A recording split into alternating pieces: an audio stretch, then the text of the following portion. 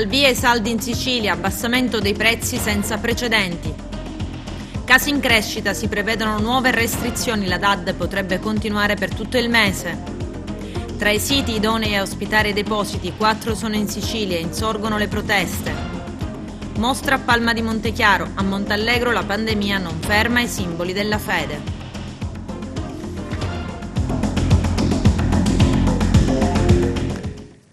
Bentrovati gentili telespettatori al nostro appuntamento con l'informazione. Saldi al via in Sicilia, secondo gli esperti abbassamento dei prezzi senza precedenti. Il nostro direttore Arturo Cantella. Al via i saldi in Sicilia, oggi il primo giorno dove infatti sarà possibile per i consumatori acquistare la merce con gli sconti. Da qui la possibilità da parte dei commercianti di poter anche recuperare parte degli incassi persi anche per via delle chiusure subite dalla pandemia. Una mano la darà anche il cashback di Stato che attraverso il bonus per chi acquista con le carte di credito dà un piccolo aiuto ai cittadini. Tante le aspettative da parte dei commercianti che per via della pandemia cercano di recuperare quanto perduto. Intanto diciamo che il decreto del 18 dicembre aveva creato delle disparità tra attività di diversa natura, per cui c'era chi era rimasto aperto e chi chiuso, quindi si rimette in ordine per ragione di equità una situazione tra attività commerciali differenti, quindi questi saldi iniziano il 7 e termineranno il 15 di marzo prossimo venturo. Ma il vero problema nel caso specifico è la questione economica derivante dall'azione stressante sull'economia avuta con il Covid, quindi auspichiamo anche che vi sia un sostanziale sostegno da parte della Regione siciliana, Regione a statuto speciale, in favore delle attività economiche, soprattutto della piccola e media attività commerciale, perché il problema non è prolungare i saldi, il problema è mettere nelle condizioni le famiglie di avere le risorse economiche per poter procedere ad acquistare in saldo.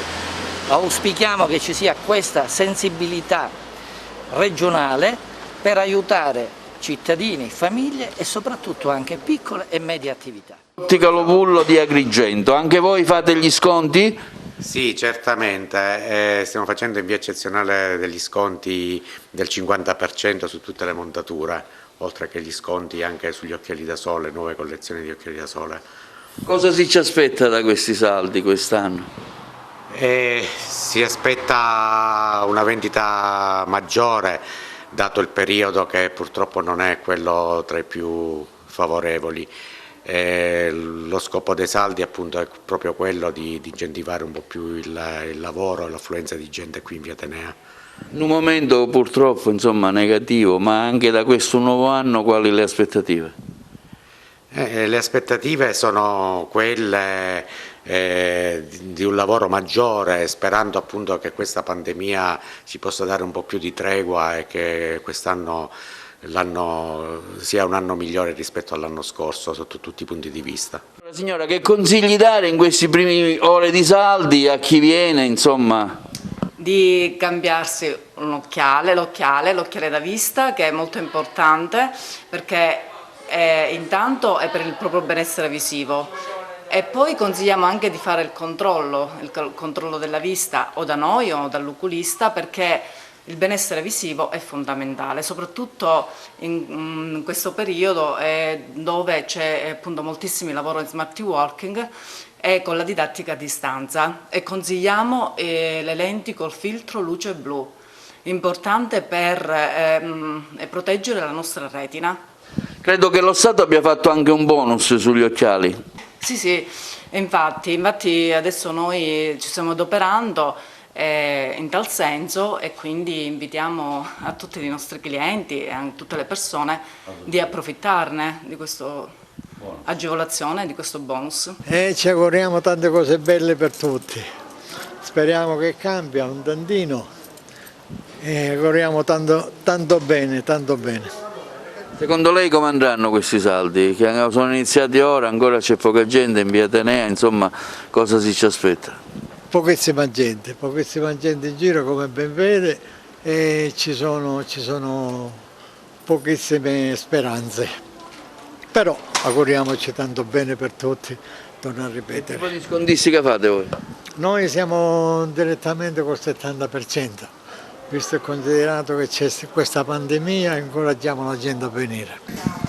Si aspetta, abbiamo iniziato da poco e si spera appunto che iniziano, quindi Voi che tipo di scontistica fate mediamente? per adesso abbiamo iniziato con il 50% su tutte le borse, la linea femminile, il 30% sugli accessori Si ci aspetta molto da questo momento, vero? e speriamo bene. Il Covid ha portato un po' di paura in giro, questo non c'è dubbio, però speriamo in bene, io sono sempre positiva, vedo sempre il bicchiere mezzo pieno.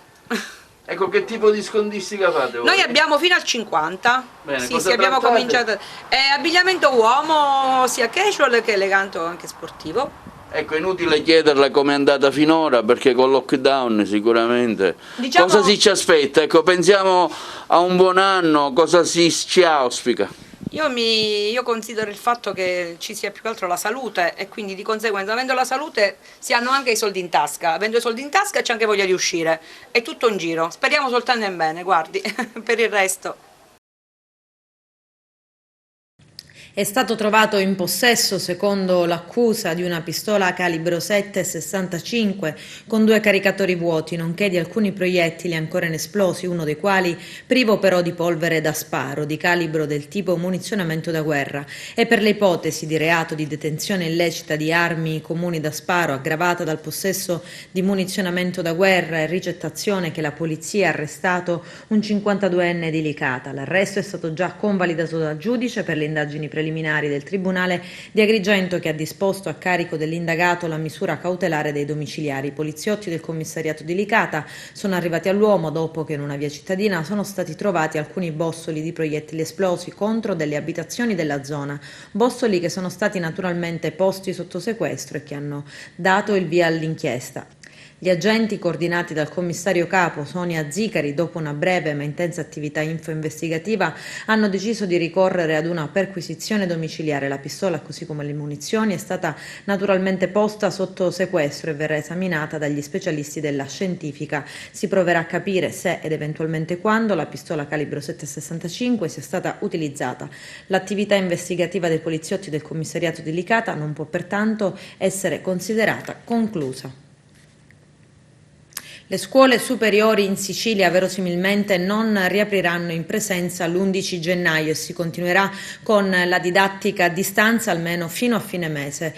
Questo in attesa di comunicazioni ufficiali, e quanto trapela dal vertice tra gli esperti del Comitato Scientifico Siciliano, l'assessore alla salute Ruggero Razza e l'assessore all'istruzione Roberto Lagalla. Ma il ragionamento che è stato portato avanti va oltre ai licei e si profila una raccomandazione generale che prevede un elenco di restrizioni. C'è il servizio.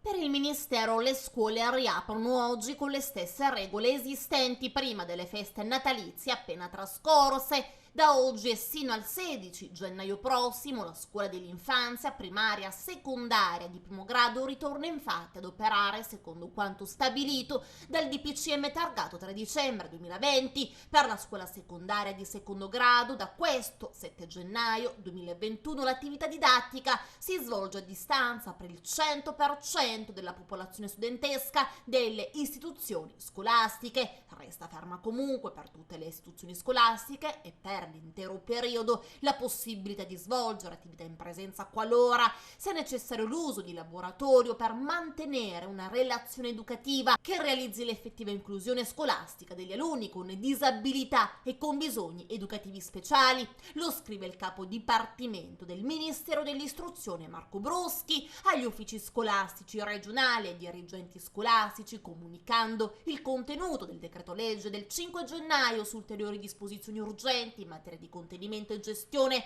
dell'emergenza epidemiologica da Covid-19 dal giorno 11 al 16 gennaio prossimi. Inoltre le istituzioni scolastiche secondarie di secondo grado nelle regioni gialle e arancioni adotteranno forme flessibili nell'organizzazione dell'attività didattica, garantendo almeno al 50% della popolazione studentesca l'attività didattica in presenza, fermo restando anche in questo caso e nel caso delle regioni rosse dove l'attività è prevista prevista al 100% a distanza, la possibilità di svolgere attività in presenza qualora sia necessario l'uso di laboratorio per mantenere una relazione educativa che realizzi l'effettiva inclusione scolastica degli alunni con disabilità e con bisogni speciali.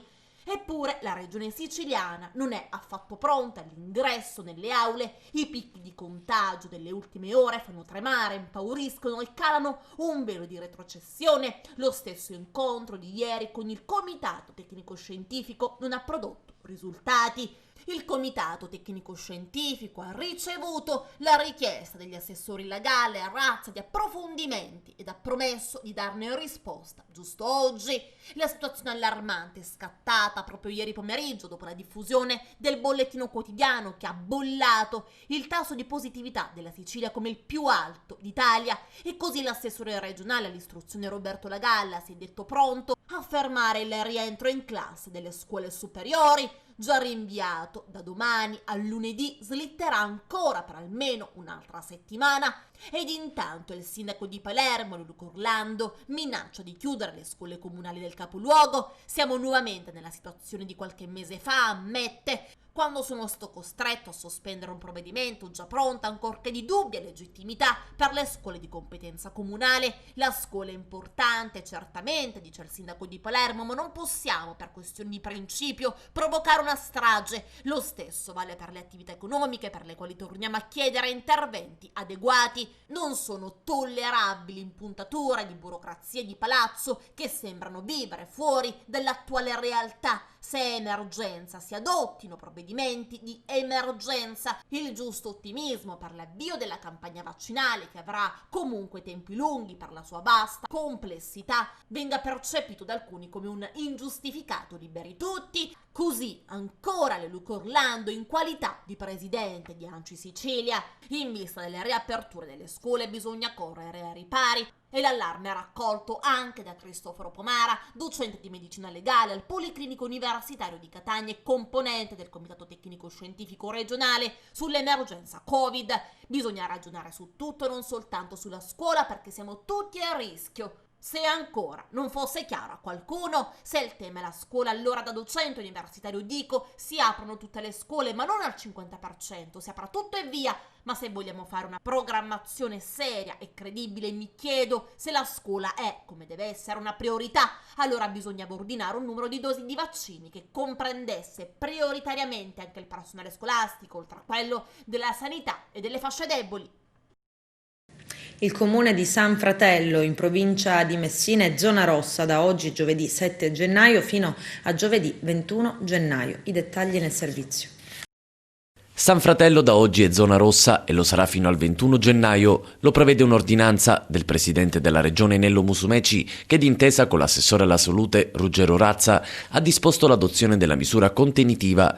Il provvedimento è stato varato, sentito il sindaco, considerata la gravità della situazione sanitaria al fine di salvaguardare la salute pubblica. A richiedere l'istituzione della zona rossa era stato nei giorni scorsi il primo cittadino, Salvatore Sidoti Pinto, dopo aver valutato con molta attenzione l'andamento dei contagi. Perché abbiamo visto un trend ancora positivo per quanto riguarda la positività degli esiti dei tamponi molecolari e quindi sulla scorta dei numeri, sulla scorta dell'andamento eccetera, si è ritenuto di dover prendere un provvedimento più drastico, atteso che le situazioni attese che avevamo, perché già dal 17 dicembre che andiamo avanti con questa situazione di positività, prima in un focolaio che era nato nella casa di riposo, che poi purtroppo si è allargato, e quindi abbiamo fatto le valutazioni tutti insieme con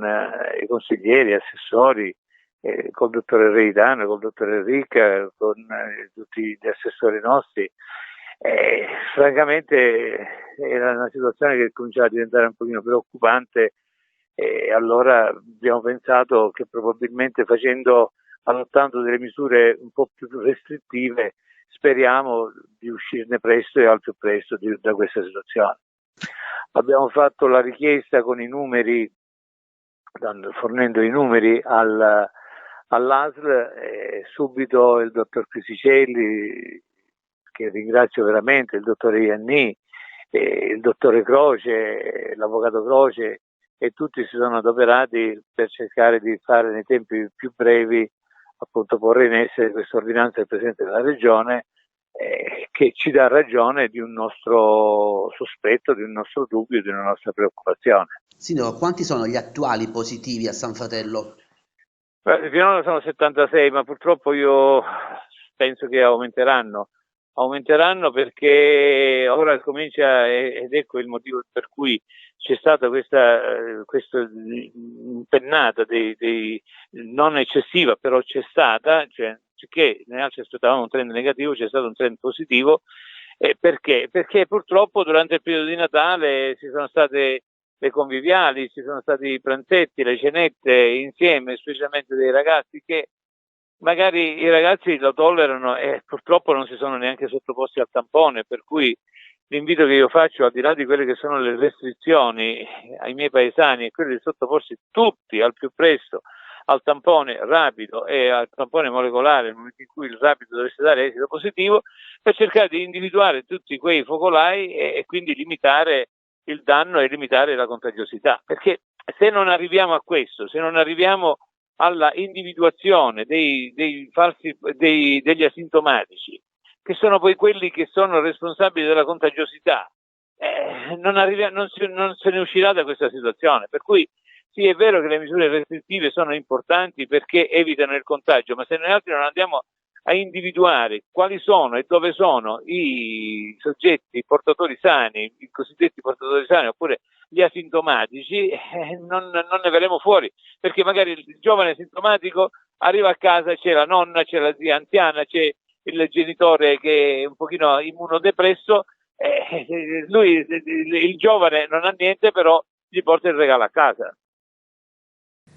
La pandemia non ferma i simboli della fede, ma li reinventa in una nuova chiave. Seppur a distanza, il parroco di Montallegro, Domenico Mangione, ha celebrato la Natività con i suoi fedeli. Ci racconta tutto il nostro direttore Arturo Cantella.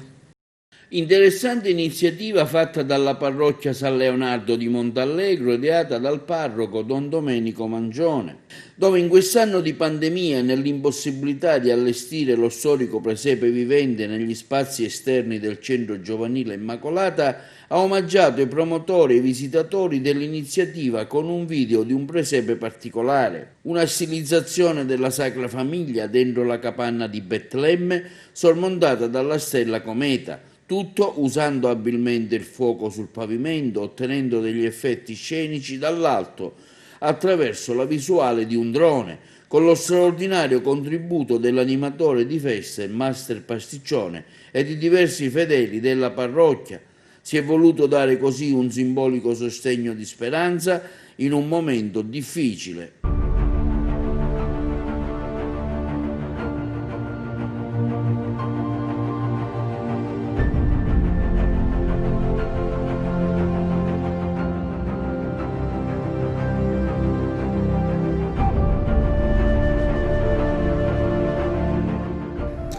Questo è l'ingresso del centro giovanile Immacolata della parrocchia San Leonardo di Montallegro, la nostra parrocchia.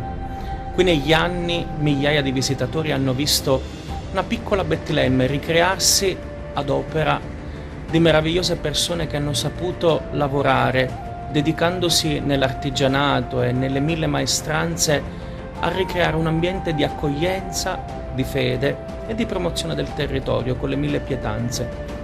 La pandemia quest'anno ci ha tolto questo anche, ma noi comunque in questo posto abbiamo voluto accendere una luce a modo nostro per ringraziare le tante persone che negli anni hanno lavorato al presepe vivente. Quest'anno non sono riuscite a farlo, lo faremo l'anno prossimo.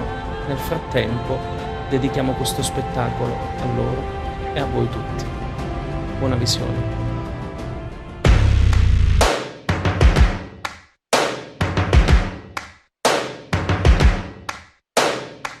First things first, I'ma say all the words inside my head. I'm fired up and tired of the way that things have been. Oh, ooh, the way that things have been. Oh, ooh. Second thing, second, don't you tell me what you think. me. Oh, ooh, the master of my sea. Oh, ooh. I was broken from a young age, taking my soak into the masses, writing my poems for the few that look at me, took to me, shook at me, feeling me, singing from heartache, from the pain, taking my message from the veins, speaking my lesson from the brain, seeing the beauty through the. Hey, you make me a believer, believer. Hey, you make me not, you make me a believer, believer. Hey, let the borders fly, let them rain. My life, my love, my God, it came from. Hey, you make me a believer, believer. Hey, you make me not, you make me a believer, believer. Hey, let the borders fly, let them rain. My life, my love, my God, it came from. Hey, you make me a believer, believer. L'associazione Tante Case e Tante Idee compie un anno. Nonostante la pandemia, il lockdown e le misure restrittive, le attività dell'associazione, sia pure in forma ridotta, sono andate avanti. Nell'anno appena trascorso l'associazione è stata promotrice e ha preso parte a convegni, tavoli tecnici e webinar su turismo, nuove strategie, sul tema riguardante l'utilizzo delle risorse della tassa di soggiorno come ristoro per le strutture extra-alberghiere, sul tema del turismo e delle misure da intraprendere per arginare la crisi e la pandemia. L'associazione ha tenuto incontri con consulenti esperti per discutere della ripartenza e delle misure da adottare per adempiere alle disposizioni anticontagio, ma anche sulla pandemia e possibili azioni da intraprendere in vista della stagione turistica, su tematiche fiscali e legate a possibili ristori per le attività extra-alberghiere. L'associazione Tante Case e Tante Idee ha preso parte fornendo il suo contributo in un progetto per rilanciare l'immagine di Agrigento dopo la pandemia. Il 2020 si è concluso con l'incontro con il primo cittadino di Agrigento, Francesco Miccichè. A breve un webinar sul turismo che verrà. Il Gattopardo rappresentato dai Madonnari. Da oggi la mostra sulle scale del Palazzo Ducale di Palma di Montechiaro. Arturo Cantella. Un'interessante iniziativa culturale parte da oggi nel comune di Palma di Montechiaro, organizzata dalla locale Proloco e dall'associazione culturale Lauri Management. La mostra internazionale dei pittori di strada, denominata il Gattopardo, visto dai Madonnari, che sarà fruibile nel rispetto delle regole sicurezza anti-Covid da oggi, 7 gennaio, al 31 gennaio 2021. Le opere saranno quindi esposte e si potranno vedere lungo la scala che immette nelle sale del Palazzo Ducale. I Madonnari sono artisti di strada che, utilizzando materiale povero come il gessetto, realizzano sul selciato delle strade o nelle piazze immagini sacre spesso dedicate alla Madonna. Quest'arte fu presente in tutta Europa fin dal XIV secolo. Tale datazione la si ricava da descrizioni, dato che le opere realizzate non rimaneva traccia, visto che il materiale con cui venivano realizzate col tempo e con le intemperie si cancellava. Dopo l'ultima guerra questa tradizione stava per scomparire, finché i pochi rimasti decisero di riunirsi e dar vita a dei corsi di formazione che permisero a molti giovani artisti di riprendere questa tradizione. A Palma di Montechiaro si è voluto dar modo a questi artisti di potersi esprimere interpretando il tema del Gattopardo. L'evento, fortemente voluto dal sindaco Stefano Castellino, ne ha subito valutato il valore culturale e anche l'unicità, in considerazione che per la prima volta si sarebbero coinvolti gli artisti di strada, realizzando delle opere a tema laico su tela che sarebbero rimaste esposte per un lungo tempo in ambienti comunali. Quindi si è dovuto lavorare moltissimo per far sì che questi artisti aderissero alla proposta. Avrebbero infatti dovuto realizzare le opere su tela in formato 70%, ispirandosi al tema del romanzo e del film Il Gattopardo, distaccandosi dal loro genere che è stato sempre quello dei temi religiosi. Con la collaborazione quindi delle scuole napoletane dei Madonnari di Napoli si è riuscito a coinvolgere 10 artisti di varie nazionalità che con entusiasmo hanno aderito all'iniziativa a Palma di Montechiaro e con grande generosità hanno deciso di fare dono delle opere al comune. In alcune di queste opere le scene rappresentate vedono negli sfondi i monumenti più importanti che i Tommasi hanno realizzato a Palma di Montechiaro. Questo è stato voluto per dare un'identità palmese alle opere. Ricordiamo quindi che la mostra è fruibile nel rispetto delle sicurezze anti-Covid da oggi 7 gennaio al 31 gennaio e le opere saranno esposte lungo la scala che immette nelle sale del Palazzo Ducale. All'Assemblea regionale è stato presentato ufficialmente Onda, Movimento Popolare Regionalista. Il presidente e segretario politico e organizzativo è il deputato regionale Carmelo Pullara, che spiega: abbiamo intrapreso un nuovo percorso con gli amici con cui è stata condivisa l'avventura dell'ormai trascorsa tornata elettorale. Abbiamo deciso di continuare la nostra attività sui territori, strutturandoci e dandoci uno statuto che rispecchiasse il nostro amore per la terra in cui viviamo e che potesse darci i mezzi per crescere sempre di più e radicarci in tutta l'isola. Partiamo così comunicando al Parlamento siciliano che da oggi i cittadini potranno trovare le risposte alle loro domande e ai loro bisogni in un movimento che crede nel fare e nel contatto con il territorio. Messa ormai alle spalle l'esperienza autonomista, si guarda al futuro con le altre forze centriste e con Forza Italia, insomma tutta l'area moderata, con la decisione di far crescere il movimento Onda fino a farlo diventare un soggetto politico regionale. L'associazione ambientalista Mare Amico di Agrigento lancia un appello al sindaco della Città dei Templi sulla pericolosità della pista ciclabile di San Leone. Il coordinatore Claudio Lombardo documenta in foto e spiega: le griglie sono tutte in cattive condizioni, alcune di queste sono divelte e pericolose e vanno sostituite urgentemente. Il Teatro Empedocle di Porto Empedocle è un'opera incompiuta, a bloccarla è il collaudo. Arturo Cantella.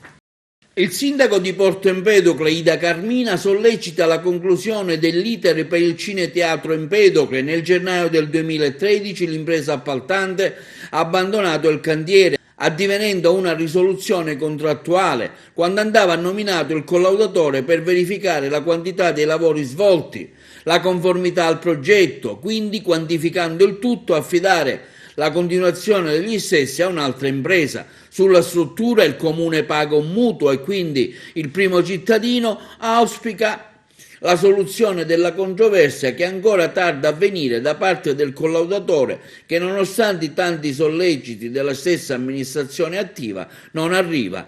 Da qui l'istanza del primo cittadino a sollecitare la conclusione dell'iter. La storia del Cineteatro Empedocle sostanzialmente è questa: nel gennaio del 2013 l'impresa abbandona il cantiere e si addiviene una risoluzione contrattuale nel luglio del 2013. A quel punto le operazioni da fare quali erano? Nominare il collaudatore che verificasse la quantità di lavori svolti e la conformità al progetto, insomma che un collaudo positivo, per poi, una volta quantificati anche i lavori, affidarli a una nuova impresa. E su questa il Cineteatro Empedocle è finanziato e su questo finanziamento noi paghiamo un mutuo come cittadinanza, quindi non vediamo l'ora di poterlo portare avanti. A quel punto si sono intavolate una serie di riunioni, di verifiche eccetera col direttore lavori, con il collaudatore eccetera. Ad oggi, io poco fa ho telefonato, il collaudatore, nonostante ripetuti solleciti, nonostante interlocuzione eccetera, non ci ha fornito questo collaudo. Ora vedrò che provvedimenti prende, perché come mai? Non riusciamo a comprenderlo. Ha avanzato il fatto che per esempio c'erano dei macchinari, ci sono dei macchinari su cui noi non riusciamo a fare le prove, perché la prova su questo tipo di macchinari è molto onerosa, si parla di 20.000 euro solo per provare che si possano, insomma, che siano. Quindi noi abbiamo chiesto di fare che siano funzionanti, perché trattandosi di un teatro c'è un chiller, si parla di meccanismi particolari. Quindi noi che gli abbiamo detto: vabbè, tu questa parte dai atto che non si può collaudare, cioè non siamo in questo momento, la lasci lì ferma, prima avremo le risorse economiche, collauderemo pure questa e dacci l'esito su tutto il resto, quello su cui puoi effettivamente effettuare il collaudo. Ad oggi non c'è pervenuto, io ho allertato gli uffici perché evidentemente chiedano in modo vibrato a questo collaudatore di decidersi in un modo o nell'altro, anche un collaudo negativo se le cose erano state fatte male, ma che ci dia la possibilità di andare avanti. Ma qual è l'ufficio che dipende? L'ufficio tecnico, è l'ufficio tecnico perché sono loro che gestiscono i lavori pubblici eccetera, ma davvero si sono fatte tante riunioni. No, il nostro, l'ufficio tecnico, perché intimi a questo collaudatore di fare il proprio lavoro, ecco. Se no procediamo a revoca e vediamo quali saranno le conseguenze. Certo. Accerchiato, picchiato e rapinato in quanto aveva in tasca circa 130 euro. Un tunisino è finito al pronto soccorso dove i medici gli hanno diagnosticato, oltre a vari traumi, anche una ferita provocata da un oggetto acuminato, presumibilmente un pezzo di vetro. La rapina è stata messa a segno lunedì scorso lungo le strade del centro di Ribera. Ad accerchiare all'improvviso l'immigrato è stato un branco composto da 5 persone verosimilmente connazionali. Gli hanno intimato di consegnare tutto quello che aveva con sé, lo hanno strattonato, minacciato. Non è chiaro se il tunisino abbia provato a reagire, certo però che il gruppo è riuscito a portargli via tutto quello che aveva in tasca dopo averlo ferito. Scippo in pieno giorno in via Manzoni ad Agrigento nella giornata dell'Epifania, vittima del reato una pensionata che è stata spintonata e derubata della borsa. I 2 malviventi hanno fatto perdere rapidamente le proprie tracce ed inutile è stato l'allarme lanciato subito dopo. Indagini sono in corso per risalire ai 2 autori della rapina. È venuto a mancare all'affetto dei suoi cari Antonio Gagliardo, 78 anni, padre del nostro amico e collaboratore Enzo Gagliardo. Si è spento la notte di San Silvestro, il 31 dicembre scorso. Oggi a Porto Empedocle alle 16 nella chiesa Madonna del Carmelo l'ultimo saluto alla moglie Maria, ai figli Enzo, Salvatore e Dario e ai parenti tutti. Sentite condoglianze da Televideo Agrigento. Adesso c'è la pubblicità, a tra poco, vi aspetto. Rifiuti radioattivi. Fra i siti idonei a ospitare i depositi, 4 sono in Sicilia. In molti, tra cui l'assessore all'energia in Sicilia Alberto Pierobon, insorgono. Vediamo. Subito dopo aver appreso appunto questa triste notizia della possibilità di installare un centro di stoccaggio di scorie radioattive sul territorio Calatafimi Segesta, nell'immediato ha lanciato una raccolta firme proprio per esprimere il nostro no fermo su questa possibile decisione. Come hai già ben detto, è quasi una follia pensare di installare un tipo di deposito del genere sul territorio di Calatafimi Segesta e benché meno in Sicilia. I motivi sono abbastanza ovvi ed è questo il motivo per cui questa notizia ci ha lasciato un po' increduli. Faccio una premessa che ritengo doverosa: noi non siamo esperti in materia, quindi il nostro punto di vista rappresenta il punto di vista di comuni cittadini, cittadini che amano il proprio territorio, per cui il nostro ruolo è quello di sentinella, dobbiamo vigilare sul nostro territorio. Calatafimi Segesta, così come la Sicilia, non ha quelle caratteristiche richieste affinché questo sito possa essere costruito. Uno, perché è ben noto e tristemente la storia ce lo ricorda che siamo un territorio a rischio sismico, a rischio idrogeologico, poi la Sicilia di per sé è un'isola, quindi a livello logistico anche trasportare queste scorie non sarebbe facile. Se poi facciamo anche cenno al stato in cui versano le nostre reti stradali, ci siamo detti tutto. Ecco, questo è il motivo per cui propendiamo per un no tassativo. La cittadinanza, non solo quella di Calatafimi, credo che si sia già espressa, perché in pochi giorni la nostra raccolta ha già superato le 20.000 firme. Questo ci dimostra che i cittadini sono molto attenti a temi delicati come questo. Calatafimi già in passato ha avuto modo di esprimersi in questo senso, con un primo no al vecchio progetto per il gassificatore. Peraltro ricordiamo che Calatafimi è una di quelle realtà tra le chiamiamole tra le più brave per la raccolta differenziata, è stata premiata più volte, quindi il nostro approccio sui rifiuti è abbastanza chiaro. Quello che noi come associazione abbiamo fatto subito dopo la raccolta firme è quella di esserci unita a un altro comitato che è nato per volontà di Massimo Fundarò, che è il comitato provinciale Mai rifiuti radioattivi in Sicilia, proprio perché riteniamo importante fare un fronte comune e compatto per fare valere le nostre ragioni nelle sedi competenti. Un primo passo infatti che verrà fatto col comitato sarà quello di sentire chiaramente degli esperti in materia per poter fare un documento tecnico-scientifico da presentare poi nella fase appunto di consultazione, perché ricordo che comunque siamo ancora in una fase preliminare. Unanime la voce delle istituzioni madonite che affermano la propria contrarietà e il proprio disappunto, schierandosi al fianco dei sindaci dei comuni di Castellana Sicula e Petralia Sottana, nel cui territorio ricade l'area di Vicaretto, inserita nella Carta Nazionale delle Aree Potenzialmente Idonee per accogliere un deposito di tipo superficiale per la sistemazione definitiva dei rifiuti radioattivi a bassa e media attività. Una scelta che entra in contraddizione con gli stessi criteri posti alla base dell'individuazione delle aree eleggibili. Leggendo infatti il rapporto pubblicato dalla Sogin, si scopre che uno dei criteri principali da tenere in considerazione è la vicinanza ad aree di parco o a luoghi di interesse naturalistico. È innegabile, tutti dovrebbero saperlo, che nelle Madonie da anni esiste un parco regionale che fa parte del circuito del European Geopark e conserva nella propria area oltre il 50% del patrimonio di biodiversità presente nell'intero Mediterraneo. Una situazione quindi che ci lascia perplessi, perché non vogliamo credere che ci possa essere qualcuno che vuole cancellare queste valenze ambientali stratificatesi e custodite attivamente in secoli di storia. In ogni caso, noi non lo consentiremo. Le Madonie non possono vedere cancellati decenni di politiche orientate alla sostenibilità ambientale prima e all'economia circolare dopo. Le Madonie in questi anni hanno fatto scelte diverse e sono state date strategie che vanno in direzione opposta a quanto contenuto nella Carta Nazionale delle Aree Potenzialmente Idonee. Per questo motivo dalle prossime ore daremo vita a un coordinamento istituzionale permanente che vedrà la partecipazione attiva di tutti gli organi istituzionali e non solo presenti nel territorio, che avrà il compito di programmare e coordinare ogni azione al fine di scongiurare questa scelta delittuosa e sciagurata. I Monti Sicani sono stati baciati dalla consueta lotteria d'inizio d'anno, infatti il secondo premio della Lotteria Italia è stato vinto a Prizzi.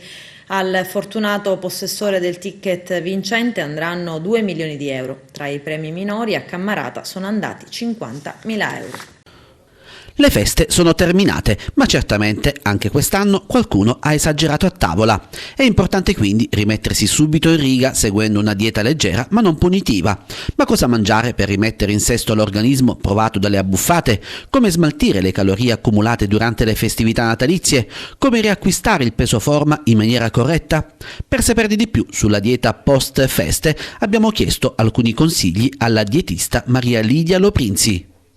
In generale abbiamo due tipologie di persone che si approcciano a una diversa alimentazione durante le festività natalizie. C'è chi decide di rilassarsi, chiaramente di stare in vacanza e quindi di riuscire a seguire un corretto stile alimentare perché magari la vita frenetica non lo permette in un altro periodo dell'anno.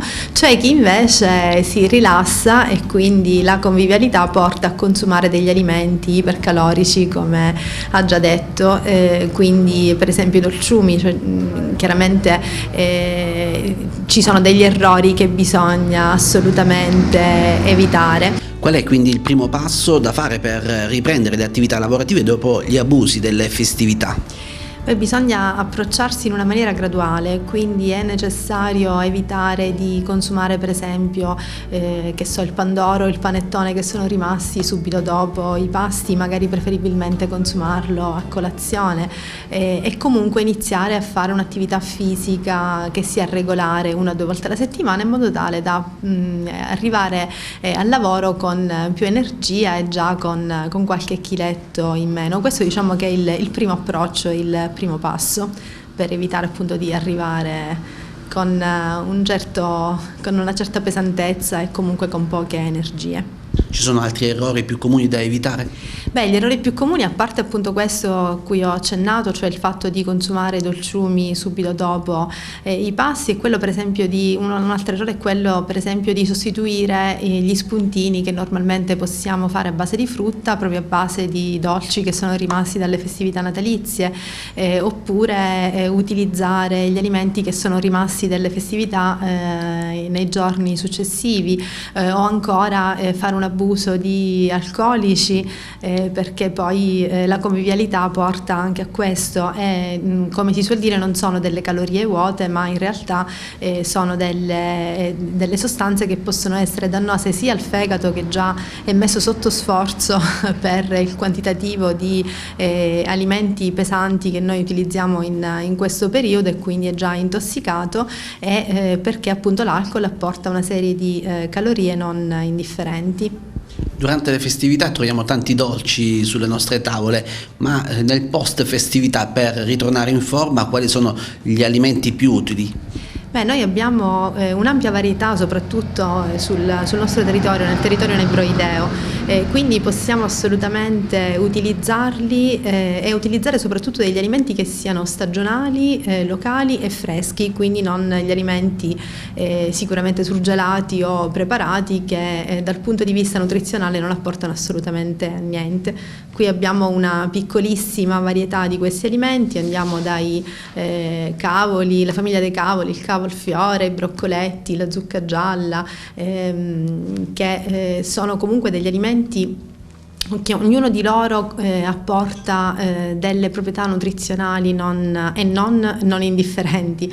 La famiglia dei cavoli per esempio sono gli antitumorali per eccellenza, i carciofi che ci possono essere assolutamente utili in questa fase sono proprio gli epatoprotettori, cioè i protettori del fegato, quindi detossificano il fegato completamente. La zucca, che fra l'altro molti medici ci consigliano anche in questo periodo, molti nutrizionisti, molti dietologi, è utilissima perché è il drenante naturale, quindi potremmo per esempio utilizzare un bicchiere di succo di zucca la mattina a digiuno, così come anche i semi di zucca, o ancora l'aglio e la cipolla che noi utilizziamo normalmente per dare più sapore al cibo, in realtà sono degli ottimi antiossidanti, degli ottimi disintossicanti, degli antinfiammatori e degli antibiotici naturali, soprattutto se abbinati tra di loro questi alimenti, perché è questo poi la fase più importante, cioè ogni alimento,